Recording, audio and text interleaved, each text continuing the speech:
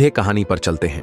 यह फिल्म 1929 की सच्ची घटनाओं पर आधारित है, जब विश्व युद्ध प्रथम के बाद वैश्विक अर्थव्यवस्था पूरी तरह से ढह गई थी।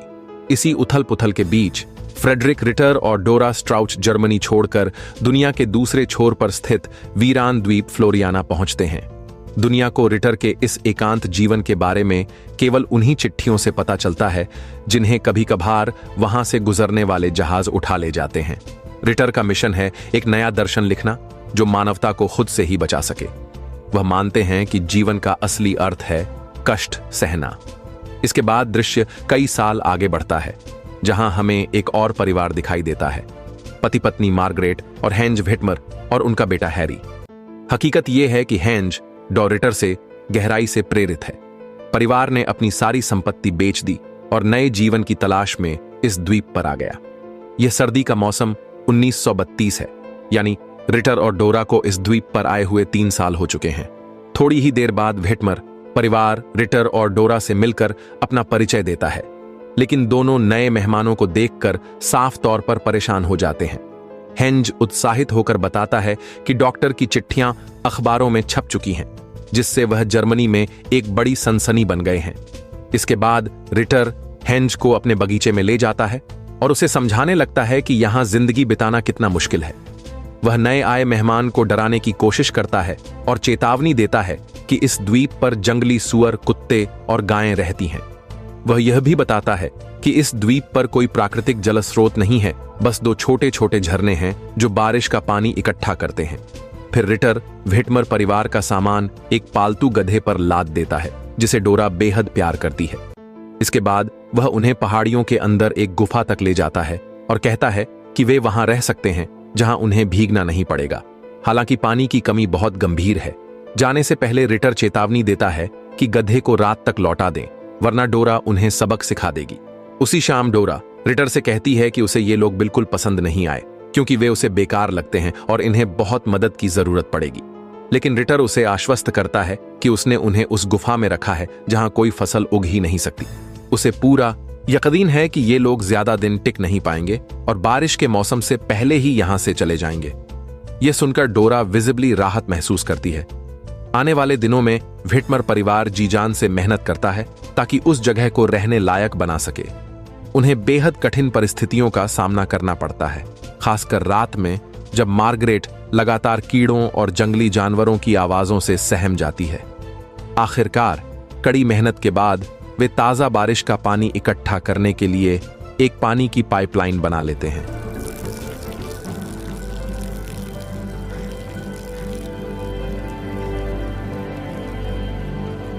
एक रात मार्गरेट हेंज को बताती है कि उसकी माहवारी को 3 महीने हो चुके हैं, यानी वह गर्भवती है।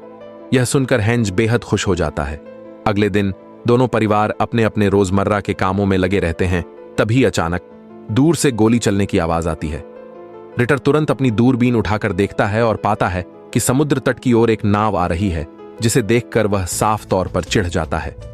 थोड़ी ही देर बाद नाव किनारे लगती है और उसमें से एक औरत उतरती है, एलोइस, जिसे उसके 2 प्रेमी रूडी और रॉबर्ट सहारा देकर ले जा रहे होते हैं।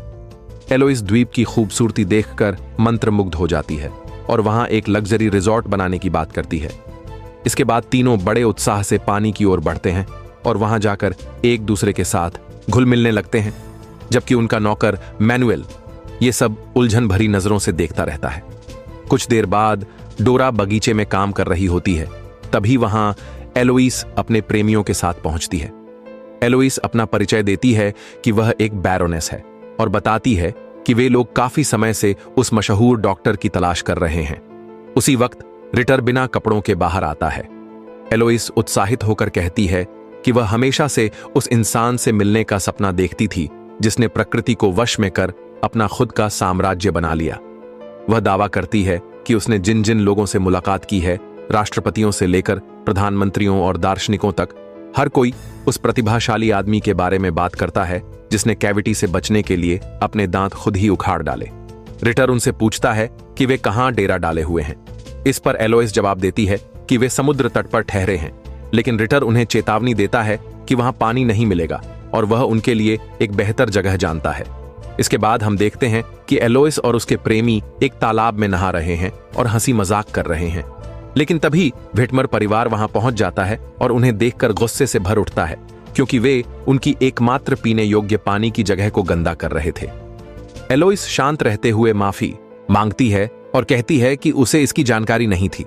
वह अपना परिचय उनके नए पड़ोसी के रूप में देती है और यह भी बताती है कि वह यहाँ एक रिजॉर्ट बनाने की योजना लेकर आई है। एलोइस बताती है कि रूडी उसका इंजीनियर है और रॉबर्ट उसका बॉडीगार्ड। इसके बाद वह हेंज को कुछ चिट्ठियां देती है और कहती है कि इनमें से कुछ व्हिटमर परिवार के लिए हैं और कुछ रिटर के लिए। वह विनम्रता से हेंज से कहती है कि इन्हें आगे पहुंचा दे। बाद में हेंज वह चिट्ठियां रिटर को देता है, लेकिन पता चलता है कि लिफाफे पहले से ही खुले हुए हैं। रिटर गुस्से में आ जाता है और सोचने लगता है कि एलोइस ने जब उनसे मुलाकात की थी तो तब क्यों नहीं चिट्ठियां दी। डोरा को शक होता है कि यह सब जानबूझकर किया गया है ताकि उन्हें लगे कि हेंज ने चिट्ठियां खोलकर पढ़ी हैं और दोनों परिवार आपस में लड़ पड़े। इस पर गुस्से में हेंज एलोइस से मिलने जाता है और उससे पूछता है कि वह क्यों पड़ोसियों के बीच दुश्मनी पैदा करना चाहती है उनके पत्र खोलकर। लेकिन एलोइस शांत रहकर जवाब देती है कि डॉक्टर ने भी वही किया था जब उसने उसे हेंज का पानी का स्रोत दिखाया, न कि अपना, ताकि दोनों आपस में भिड़ें।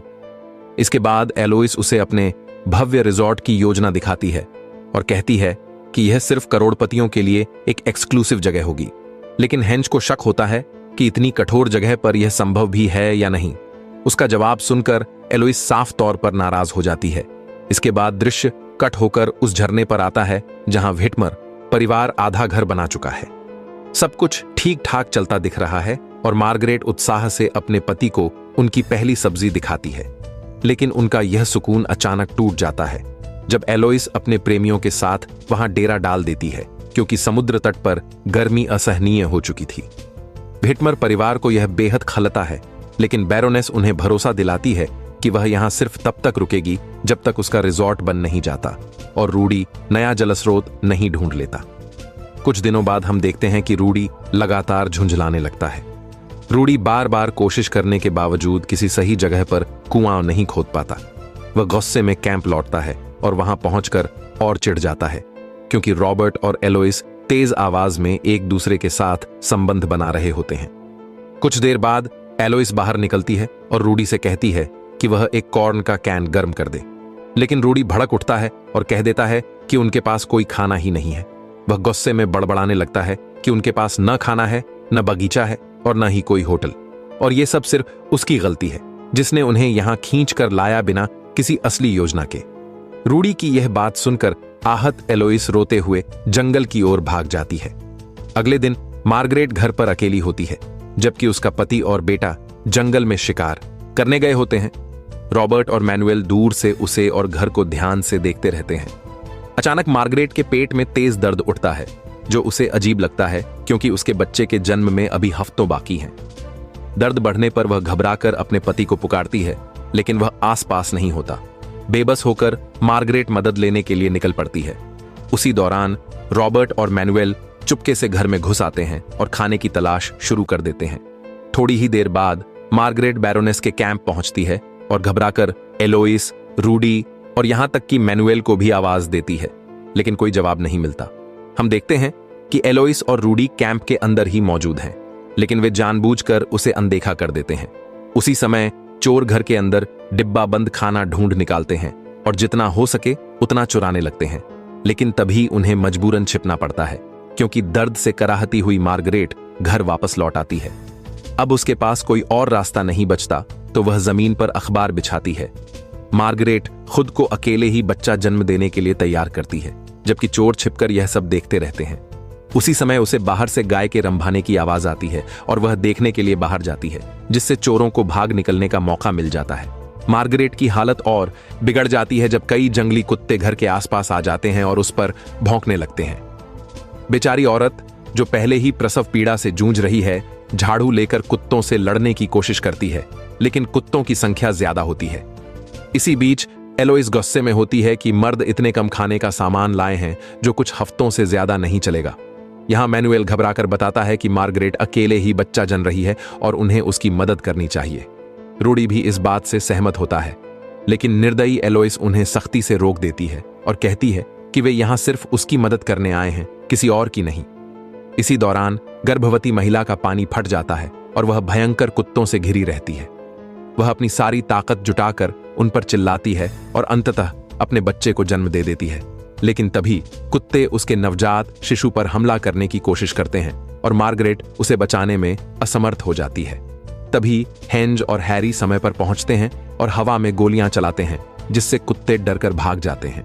खुशकिस्मती से बच्चा स्वस्थ नजर आता है, लेकिन मार्गरेट की हालत तेजी से बिगड़ने लगती है। बेचैन हेंज तुरंत डॉग रिटर के पास दौड़ता है और उससे अपनी पत्नी की जान बचाने की गुहार लगाता है। पहले तो डॉक्टर साफ मना कर देता है, लेकिन जब डोरा भी उससे अनुरोध करती है तो वह अनमने मन से व्हिटमर परिवार की मदद करने को तैयार हो जाता है। मार्गरेट की जांच करने पर डॉक्टर को पता चलता है कि प्लेसेंटा उसकी गर्भाशय में खतरनाक तरीके से अटका हुआ है। अब डॉक्टर को तुरंत गर्म पानी और एक चम्मच की जरूरत होती है ताकि समस्या को ठीक किया जा सके।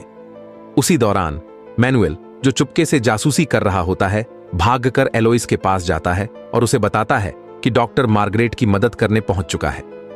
यह सुनकर बैरोनेस आग बबूला हो जाती है, क्योंकि उसे डर है कि अब पड़ोसी आपस में दोस्त न बन जाए। वह मैनुएल को डांटते हुए कहती है कि उसे डॉक्टर को रोकना चाहिए था, यहां तक कि उसे चोट भी पहुंचानी चाहिए थी।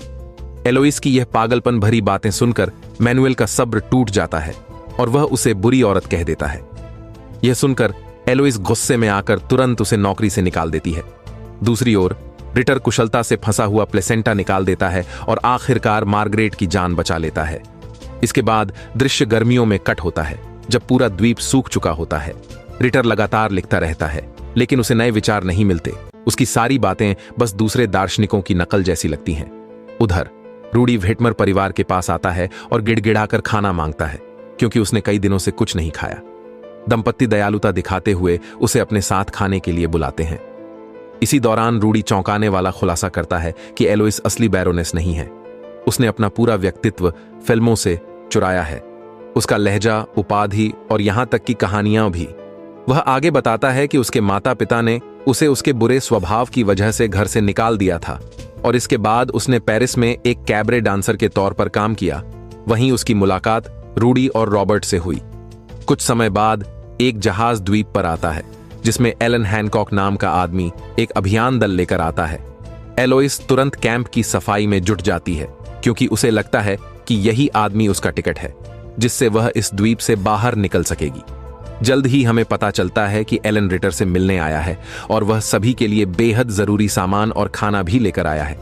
कुछ देर बाद एलोइस एक शानदार ड्रेस पहनकर एलन के पास पहुंचती है और बिना किसी मुश्किल के उसे अपने आकर्षण में फंसाने की कोशिश करती है। उसे जल्द ही पता चलता है कि एलन सिर्फ एक खोजी यात्री ही नहीं, बल्कि एक मशहूर और अमीर हॉलीवुड फिल्म निर्देशक भी है। शाम को एलन एक छोटी सी पार्टी आयोजित करता है, जहां वह डॉक्टर को उसकी बहादुरी के लिए बधाई देता है, व्हिटमर परिवार को फ्लोरियाना के पहले बच्चे के लिए शुभकामनाएं देता है और आखिर में एलोइस की सुंदरता की तारीफ करता है। डिनर के बाद अभियान दल अगले दिन रवाना होने की तैयारी करता है, इसलिए बेताब एलोइस एलन को रिझाने की कोशिश करती है, लेकिन एलन विनम्रता से उसका प्रस्ताव ठुकरा देता है। चालाक एलोइस फिर भी नाटक करती है और सीने में दर्द होने का बहाना बनाकर उसका हाथ अपने सीने पर रखती है, यह कहते हुए कि वह अकेलेपन से पीड़ित है। यह सुनकर एलन जोर से हंस पड़ता है और साफ कर देता है कि उसे उसमें कोई दिलचस्पी नहीं है। इसके बाद वह उससे विदा लेता है, जिससे एलोइस हैरान रह जाती है कि कोई उसे ठुकरा भी सकता है। अगले दिन जहाज बिना उसे साथ लिए रवाना हो जाता है। इससे एलोइस बेहद निराश और चिंतित हो जाती है। दोपहर में रिटर को पता चलता है कि एलन द्वारा छोड़ा गया सारा सामान एलोइस ने चुरा लिया है, जिससे वह गुस्से से भर उठता है। इसके बाद वह व्हिटमर परिवार के पास जाता है और कहता है कि अब वक्त आ गया है पक्ष चुनने का। इसके साथ ही रिटर और हेंज राइफल उठाकर एलोइस के कैंप पहुंचते हैं और उससे चुराया हुआ खाना वापस करने की मांग करते हैं, लेकिन एलोइस साफ इनकार कर देती है और यहां तक कि हेंज का मजाक उड़ाती है कि वह सोच भी कैसे सकता है कि रिटर उसके साथ खाना बांटेगा। यहां रॉबर्ट बंदूक निकालता है और उन पर गोली चलाने की कोशिश करता है, लेकिन मार्गरेट बीच में आकर किसी भी खून खराबे को रोक लेती है। घर लौटने पर रिटर गुस्से से पागल हो उठता है और अपनी टाइपराइटर पर गोलियां बरसाने लगता है। इसके बाद वह ऐलान करता है कि वह शिकार पर जा रहा है और आखिरी बचा हुआ खाने का डिब्बा भी साथ ले जाता है। डोरा विरोध करती है और कहती है कि यह तो मुर्गियों के लिए रखा गया है, लेकिन रिटर तर्क देता है कि वे सड़े गले टुकड़े भी खा सकती हैं और गुस्से में वहां से चला जाता है। उसी दिन बाद में रूडी व्हिटमर परिवार के साथ खाना खा रहा होता है जब एलोइस बाहर आती है और उससे अकेले में बात करने को कहती है। अनमने मन से रूडी उसके पास जाता है। एलोइस उसे खाना और कपड़े थमाते हुए कहती है कि अगर वह जाना चाहता है तो आजाद है, क्योंकि उसने कभी उसे रोकने का इरादा नहीं किया था। यह सुनकर रूडी भावुक हो जाता है और उसे चूम लेता है। फिर पूछता है कि उसके जाने से पहले क्या वह उसके लिए कुछ करना चाहती है। आधी रात को व्हिटमर परिवार अजीब सी आवाजों से जाग उठता है जो उनके बगीचे से आ रही होती है। हेंज राइफल लेकर बाहर निकलता है और हैरान रह जाता है जब देखता है कि उनका पानी चोरी हो चुका है। वह आवाज की दिशा में एक गोली दाग देता है, लेकिन ध्यान से देखने पर उसकी आंखें दहशत से फैल जाती हैं। असल में वह डोरा का प्यारा गधा होता है। अगले दिन डोरा देखती है कि उसकी मुर्गियां बीमार हो गई हैं। वह घबराने लगती है जब उसे एहसास होता है कि उसका गधा भी गायब है। वह व्हिटमर परिवार के पास जाकर पूछती है कि क्या उन्होंने उसे देखा है, लेकिन सब अनजान बनने का नाटक करते हैं। बेचारी औरत टूटकर घुटनों पर गिर पड़ती है। तभी हेंज तुरंत उसकी मदद करता है और उसे घर ले जाता है। हेंज अकेले में रिटर से बात करता है और उसे सब कुछ बता देता है। कुछ ही देर बाद वे देखते हैं कि रॉबर्ट झाड़ियों में छिपकर जासूसी कर रहा है और फिर भाग खड़ा होता है। तभी उन्हें एहसास होता है कि यह सब एलोइस की ही साजिश थी। गुस्से से भरे दोनों उसे सामना करने निकल पड़ते हैं, लेकिन रास्ते में उन्हें रूडी मिल जाता है। रूडी तुरंत सबके सामने माफी मांगता है और कबूल करता है कि एलोइस ने ही उसे गधा चुराने के लिए मजबूर किया था। वह मान लेता है कि उसे बस घर लौटना है। यह सुनकर दोनों उसे माफ कर देते हैं। जब हेंज घर लौटता है, वह अपनी पत्नी और बेटे को जंगल में घास इकट्ठा करने भेजता है ताकि बरसात से पहले छत को मजबूत किया जा सके। इसके बाद रिटर, रूडी और हेंज एलोइस का सामना करने पहुंचते हैं और उसे तंबू से बाहर आने को कहते हैं, लेकिन एलोइस इनकार कर देती है। तभी रॉबर्ट गुस्से से बाहर निकलता है और उन पर टूट पड़ता है। वह बेहद ताकतवर साबित होता है और तीनों को एक एक करके पछाड़ देता है। वह लगभग रूडी को मार ही डालता है, लेकिन आखिरी पल में हेंज बीच में कूद पड़ता है और उसकी जान बचा लेता है। हेंज बार बार उसे छुरे से गोदता है जब तक कि वह जमीन पर गिरकर दम न तोड़ दे। कुछ ही पल बाद एलोइस कैंप से बाहर आती है और अब यह दिखाने लगती है कि वह रॉबर्ट की शिकार थी। वह कहती है कि रॉबर्ट बहुत हावी रहता था और वह बेतहाशा उससे छुटकारा पाने की कोशिश कर रही थी। फिर वह तीनों को लालच देती है कि अब उसका रिजॉर्ट वे सब बराबर बराबर बांट सकते हैं, क्योंकि उन्होंने उसकी कीमत साबित कर दी है। लेकिन उसकी बातों पर कोई यकीन नहीं करता और फिर ऐसा होता है।